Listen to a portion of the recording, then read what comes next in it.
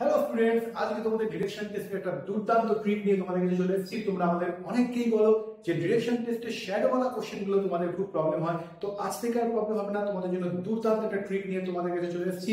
দেখে নেওয়া যাক তোমরা বুঝতে পারো কিনা। দেখো এই কোশ্চেনটা কিন্তু সেই শ্যাডোরি কোশ্চেন। কি বলেছে? Akhilesh and Nikhilesh are standing face to face in the morning just after sunrise. তোমাদের প্রথম যে ইনফরমেশন লাগবে সেটা হচ্ছে সানরাইজ। তোমরাই বলো সান কোন দিকে রাইজ করে? সান কিন্তু রাইজ করে পূর্ব দিকে, মানে ইস্টের দিকে। তো তোমরা কি করবে?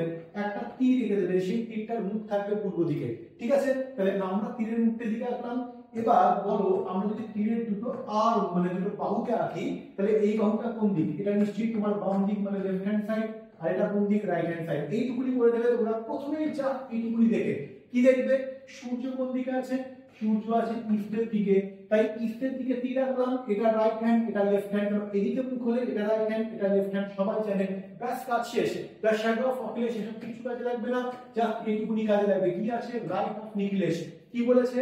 রাইটে। শ্যাডো কাজ কোথায়? রাইটে। কার রাইটে? নিখিলেশের রাইটে। জাস্ট ম্যাচ করে দাও।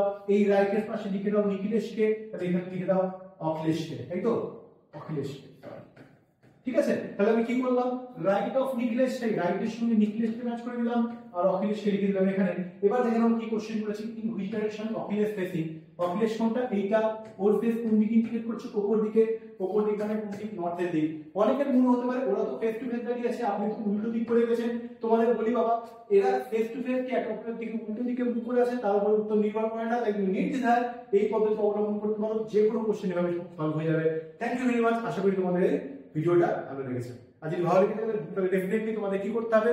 লাইক করতে হবে, শেয়ার করতে হবে এবং কমেন্ট করে জানাতে হবে তোমাদের কেমন লাগলো। থ্যাংক ইউ সবাই।